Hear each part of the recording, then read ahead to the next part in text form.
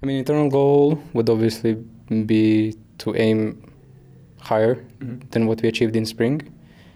But obviously, if we would achieve that goal, then we would obviously look to aim even higher, or like try to reach top 3, which would be like a realistic goal.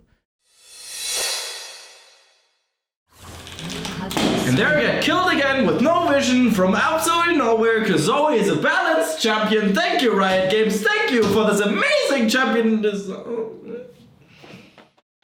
Brain effect mood? Helps your serotonin levels and makes you feel more relaxed. Huh. And we lose Baron because our jungler missed Smite, but you know what? That's okay. We all make mistakes. And yeah, next game will be better, I'm sure.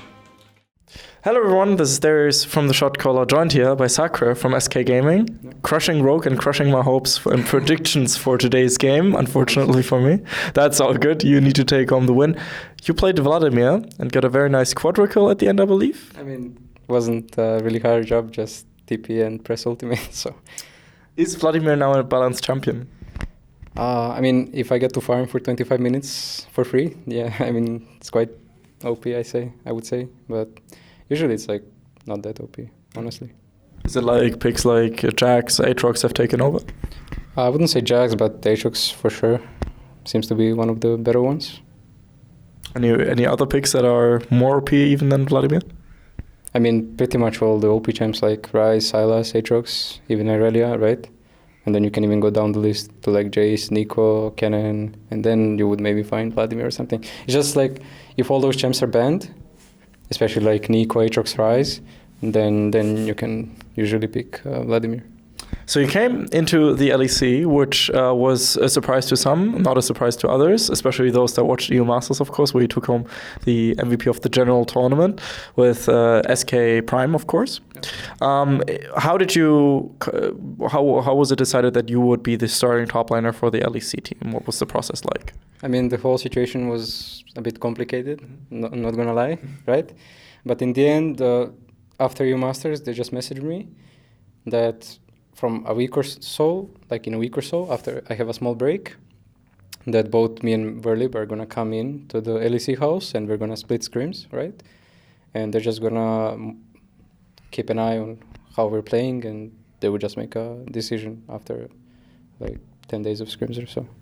And you took the starting position, of course. Yeah, I mean, apparently it was quite close, honestly.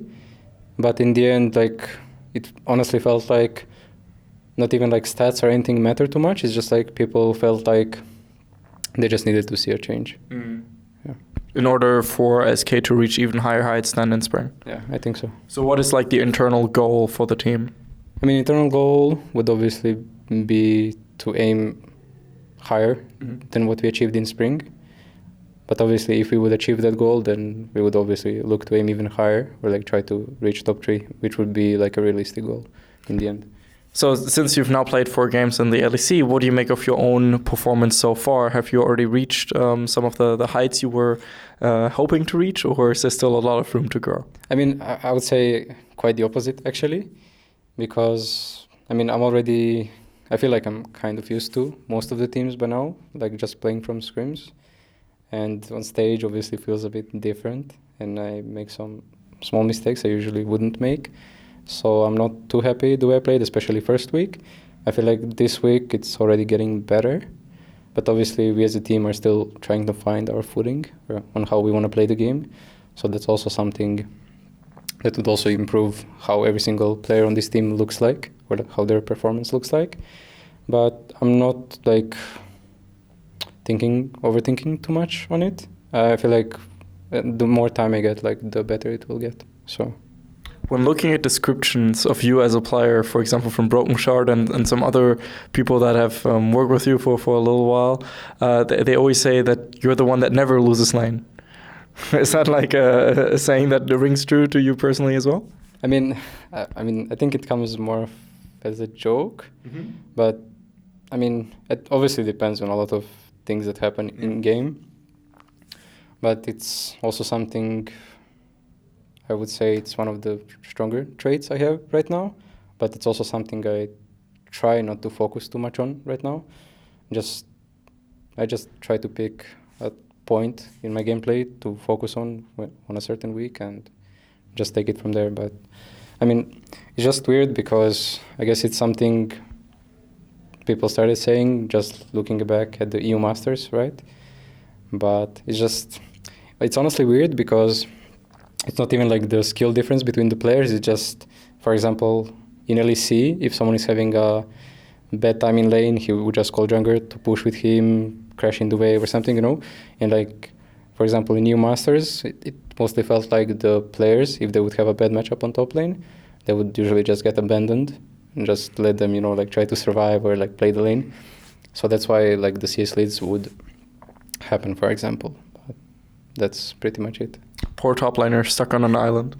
Yeah, I mean, that's a classic, right? But honestly, like, I think what makes a good top laner is basically like what they should or like know how to communicate to their jungler or like even mid laner, but mostly like, especially when it comes to like bad matchups, just how to like use the jungler to help you out, right?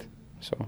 Or if you're doing well on your own anyway, you can send the jungler other directions, and that's important too. Yeah, pretty much. Like it's important to know when to use the jungler, but it's also important not to use him too much, right? Especially like when it comes to like early game. If you lose XP, then yeah. It's a bit rough. Does it feel especially comforting playing with Selfmade, the rookie of the split? Yeah, last split. I mean, obviously feels nice because he's a person I obviously respect and have a really high opinion of, but still it's kind of still early and we still have a lot to work on, especially since we as a team are still not sure how exactly we want to approach the game, especially when it comes to like early lane or like the way we set up in draft to set us up for success. So it's just something we need to figure out as a team as a whole. But usually I think the communication between two of us is quite good. So as someone who made the jump from the academy team to the main team and also did really well at EU Masters, and that was kind of your jumping board as well, do you think that the new systems that are now in place are a lot more helpful for new talents to actually make the big jump compared to, for example, when we had Challenger Series and stuff like that? I would say for sure, especially because I think I tried both of those, right?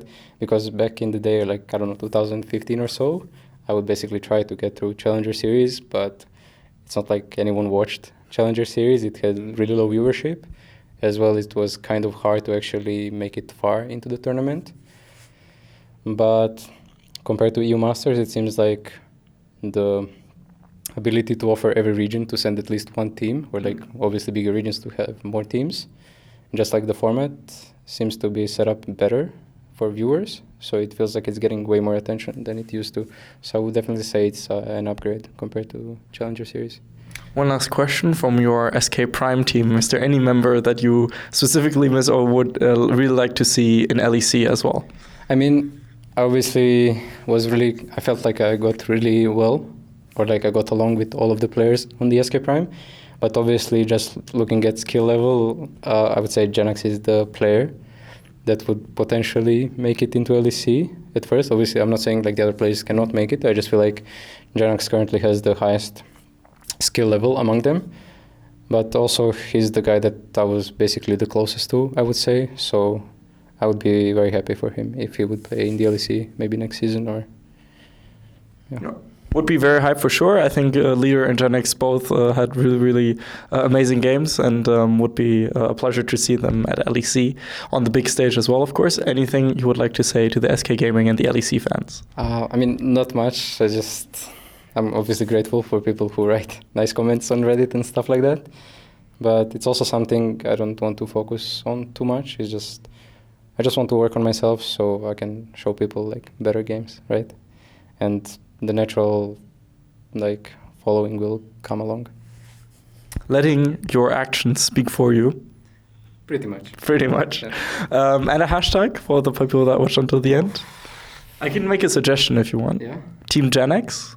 Oh yeah, actually we can use the hashtag Team Genax because I mean it makes sense. I believe in Genax as well, and I'm pretty sure all the other people who watch this should also believe in Team Genax. Yeah. And I do too. So yeah, and I'm also part of the club on EU West, so it's the only one that makes sense. Smurf suggestion, hashtag Team Gen X. Thank you so much, Sacre, for your time. Make sure to follow him on Twitter, of course. This is Darius from the Shotcaller. I hope you guys enjoy our LEC coverage, and I'll see you guys again next time. Bye-bye. We'd especially like to thank Krzysztof Bujnowicz, Thomas Göttel, Etienne, Erich Althaus, Lukas Legal, Lazy Raven, Lama Vyuta, and Adam Novosviat for your very special support, and of course also all the people whose names you see scrolling past you. Without you guys, we would have closed down probably a while ago.